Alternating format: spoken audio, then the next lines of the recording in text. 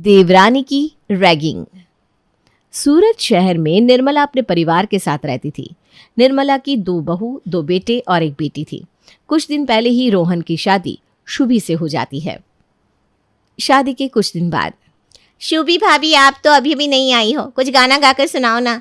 अभी आपको देखने पड़ोस की औरतें भी आने वाली हैं, वो भी आपको गाने के लिए कहेंगी, तो आप पहले ही थोड़ी प्रैक्टिस कर लो। दीदी, मुझे गाना इतने अच्छे से गाना नहीं आता।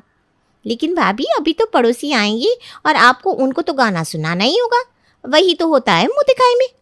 नहीं नहीं दीदी, मैं कैसे गाऊंगी इतने लोगों के सामने।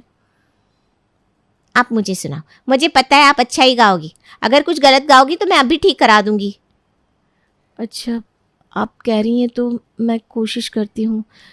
दीदी, ये वाला गाना सही रहेगा। हाँ हाँ भाभी, बहुत अच्छा है। शुभी बिना सुर का गाना गाती है, जो सुनने में भी बेकार लग रहा था, लेकिन फिर भी शुभी की जेठानी उसकी झूठी तारीफ कर देती है और शुभी को चने के झाड़ पर चढ़ा देती है। अरे देवरानी, तुम तो बड़ा अच्छा गाती हो। यही गाना, हाँ, सारे पड़ोसी खुश हो जाएंगे, उनको भी तो पता चले आखिर मेरी देवरानी कितना अच्छा गाती है। तुम बस ऐसे ही गाना उसके आगे। सच में मैंने इतना अच्छा गाया क्या? हाँ, और नहीं तो क्या, अब यही सुनाना उनको। जैसा आप कहे जेठानी जी। बढ़िया ही गाना गाने वाली, अब आएगा असली मजा। देवरानी जी, अब तो तुम देखती जाओ बस। ज्योति और पिंकी दोनों मिलकर अकेले में शुभी का मजाक बनाते हैं। तभी ज्योति कहती है, बड़ी भाभी, अपनी छोटी भाभी से झूठ क्यों बोला? उन्होंने कितना बेसुरा गाना गाया था। अगर उन्होंने ऐसा ही सबके सामने गाया तो सभी उनका बहुत मजाक उड़ाएंगे। अरे गाने दो ना पड़ोसियों के आगे, कम से कम उन्हें भी तो थोड़ा हंसने का मौका मिलेगा। वैसे मैं भी तो जेठानी हूँ, थोड़ा बहुत देवरानी की टांग खींचूंगी ना। तभी पड़ोस की सरला आंटी आती है और दोनों को कहती हैं, क्या बातें चल रही है दोनों में? दोनों ननद भाभी मिलकर कौन सी खिचड़ी बना रही हो भला? ज्योति आंटी, आप आ गई? और लोग कहाँ हैं? हम लोग ना आपका ही इंतज़ार कर रहे थे। अरे सब आते ही होंगे बेटा। हमारी छोटी बहू कहाँ है? बुलाओ उसको, मुंह दिखाए भी तो करनी है। आप लोगों को गाना सुनाने के लिए अपने रूम में तैयारी कर रही है। मेरी देवरानी की आवाज़ किसी सिंगर से कम नहीं है। अच्छा, ऐसा क्या? वो तो अभी मालूम हो जाएगा कि कितनी अच्छी आवाज़ है। जाओ बुलाकर लाओ उसे, मैं भी तो सुनो कौन सी सुरीली आवाज़ है तेरी देवरानी की। जी दीदी, ज़रा शुभी को बुला लीजिए ना। पिंकी को लगता है कि देवरानी जैसे ही गाना सुनाएगी उसका मजाक उड़ाया जाएगा, पर देवरानी के गाना गाते ही पड़ोसी बहुत खुश हो जाते हैं और उसकी तारीफ करने लगते हैं, क्योंकि शुभी बहुत अच्छी तरह से गाना गाती है, जो सभी लोगों का मन मोह लेता है। निर्मला, तुम्हारी छोटी बहू तो बहुत अच्छा गाना गाती है, ऐसा लगता है खुद सरस्वती माता ही गा रही हो। कितनी मीठी आवाज़ है उसकी। जी धन्यवाद आपका। ये तो कुछ नहीं, मेरी दोनों बहुएं एक से बढ़कर एक है। वो तो है ही, अब गाने के साथ साथ खाना भी हो जाए। देखे तो सही छोटी बहू के हाथों में कितना स्वाद है। शुभी ने पहले से ही सभी के लिए अच्छा नाश्ता बनाकर रखा हुआ था। वो जल्दी से सभी को परोस देती है। सभी लोग खाने के बाद शुभी की बहुत तारीफ करते हैं। तुम्हारी छोटी बहू ने इतना अच्छा नाश्ता कराया है और गाना सुनाया है कि हमारा तो दिल ही खुश हो गया। भाई, बहू हो तो ऐसी हो, तुम्हारे तो भाग्य ही खुल गए। अरे आप ना बहुत ज़्यादा ही तारीफ कर रही हैं, बच्चे हैं बस। छोटी भाभी का गाना सुनकर तो मेरा भी दिल बहुत खुश हो गया। मुझे तो सच में नहीं पता था भाभी इतना अच्छा गाना गाती है। क्या खाक गाती है। अच्छा खासा प्लान बनाया था इसकी रैगिंग करने का, लेकिन सब चौपट हो गया। पिंकी के सारे किए कराए पर पानी फिर जाता है। पिंकी मन ही मन दूसरा प्लान बनाने लगती है ताकि वो देवरानी का मजाक उड़वा सके। गाना तो इसने अच्छा गा दिया, पर ये तो मुझे भी पता है कि इसे इंडियन ड्रेस पहननी नहीं आती। अब देखो देवरानी जी, आपके साथ आगे होता है क्या क्या। अभी कुछ दिन में घर में पूजा है ना, इससे तो मैं अब बताऊंगी कि जेठानी किसे कहते हैं। अरे बड़ी बहू, क्या सोच रही हो यहाँ बैठे बैठे? सब ठीक है ना? मम्मी जी, परसों घर में पूजा है ना, उस पूजा में हम सब साड़ी ही तो पहनते हैं ताकि सभी लोग सभ्य लगे, और वैसे भी पूजा पाठ के काम में ना हमें सात्विक कपड़े ही पहनने चाहिए। क्यों? अरे तुम तो इतने साल से पूजा कर रही हो, फिर ये बात क्यों पूछ रही हो? मम्मी जी, आपको ये बात छोटी बहू को बतानी पड़ेगी ना। वो तो हर दिन घर में कभी सूट कुर्ती या कभी जीन्स पहनकर घूमती रहती है। पूजा पाठ में ये सब थोड़ी ना चलेगा, अगर पड़ोसियों ने देख लिया तो मजाक उड़ जाएगा आपका। हाँ बड़ी बहू, ये बात तुमने बहुत अच्छी बताई। ज़रा छोटी को भेजना मेरे पास, मैं उसे अच्छे से समझा देती हूँ। ये हुई ना बात, अब तो बस मैं बैठकर मजे लूंगी। यही सोचते हुए पिंकी अपनी देवरानी के पास जाती है और उसे सास के पास जाने के लिए कह देती है। मम्मी जी, जिठानी जी कह रही थी आपने मुझे बुलाया, कोई काम था क्या? छोटी बहू देख, घर में ना कल पूजा है और हमारे घर की परंपरा है कि इस पूजा में साड़ी ही पहनी जाती है, तो तुम्हें कल साड़ी पहननी होगी। वैसे भी कल सभी आएंगे तो ऐसे छोटे छोटे कपड़े मत पहन लियो, कल ना एकदम संस्कारी बहू लगना, ठीक है? पर मम्मी जी मेरे पास तो कोई भी साड़ी नहीं है, मैं सूट सलवार ही पहन लूँ, वो भी तो संस्कार ही लगते हैं ना, और मेरे पास बहुत अच्छी अच्छी कलर के भी हैं। छोटी बहू, घर की परंपरा तुम्हारे लिए नहीं बदलने वाली। अपनी जेठानी से साड़ी मांग लो और वही पहन लो, और मुझे इस बारे में आगे कोई बात नहीं करनी। पिंकी को पता था कि शुभी को इंडियन साड़ी का कोई ड्रेसिंग सेंस नहीं है। पिंकी लाल कलर की साड़ी के साथ नियॉन ऑरेंज कलर का ब्लाउज शुभी को दे देती है। दीदी, इस साड़ी में मैं अच्छी तो लगूंगी ना? अरे हाँ देवरानी जी, सभी लोगों की नज़रें सिर्फ और सिर्फ आप पर होंगी, कल यही पहन लेना, इसमें तो एकदम परी लगोगी तुम। ऐसा कहकर पिंकी वहाँ से जाने लगती है। आज जब मेरी देवरानी नीचे पूजा में आएगी और तब जो वो गंवार जैसी दिखेगी और लोग उसका मजाक उड़ाएंगे, तब जाकर मेरे दिल को ठंडक पहुंचेगी। हाय हाय हाय। अब देखो तुम देवरानी जी, सभी लोग कल तुम्हें कैसे देखते हैं। अगले दिन सभी लोग पूजा में बैठे थे, तब पिंकी मन ही मन सोचती है, लो आज आ ही गया वो दिन जिसका मुझे कब से इंतज़ार था। अब सभी लोग शुभी को नमूना समझकर उसका मजाक उड़ाएंगे।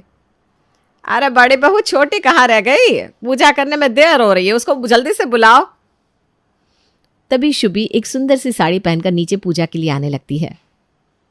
मम्मी वो देखो, छोटी भाभी आ गई। वाह, छोटी भाभी तो बहुत सुंदर लग रही है। अरे वाह छोटी बहू, जेठानी तुम्हें इतना प्यार करती है कि इतनी खूबसूरत साड़ी दी है तुम्हें पहनने के लिए।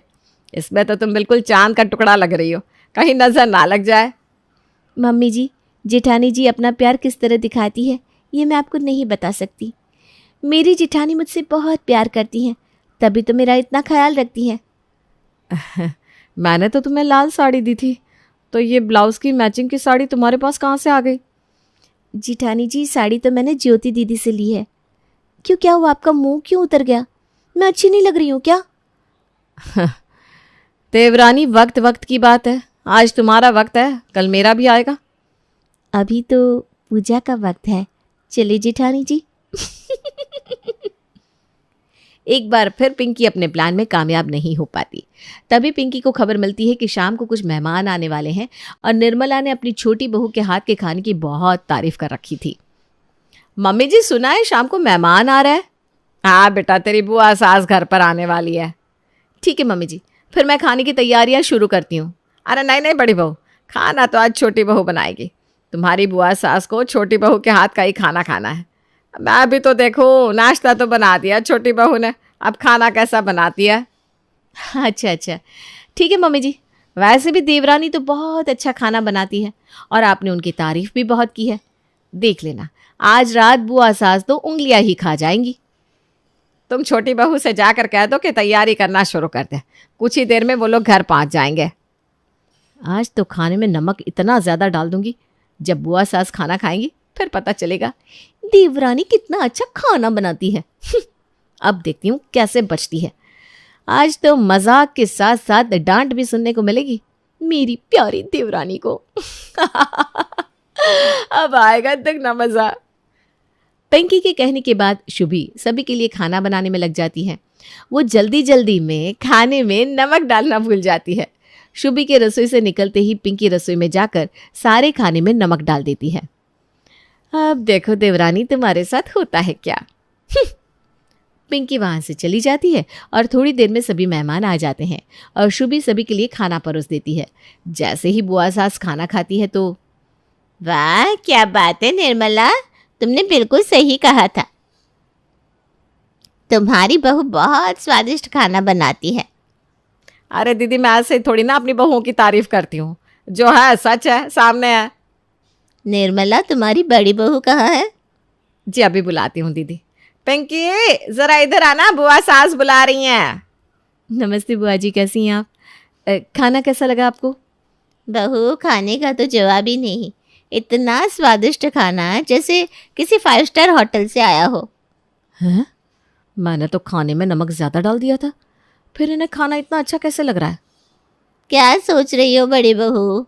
अब कुछ नहीं बुआ जी, बहुत खुशी हुई सुनकर कि आपको खाना पसंद आया। सबके जाते ही देवरानी अपनी जेठानी का मजाक उड़ाते हुए कहती है, क्या बात है जेठानी जी, आपको आपकी हार अच्छी नहीं लग रही है क्या?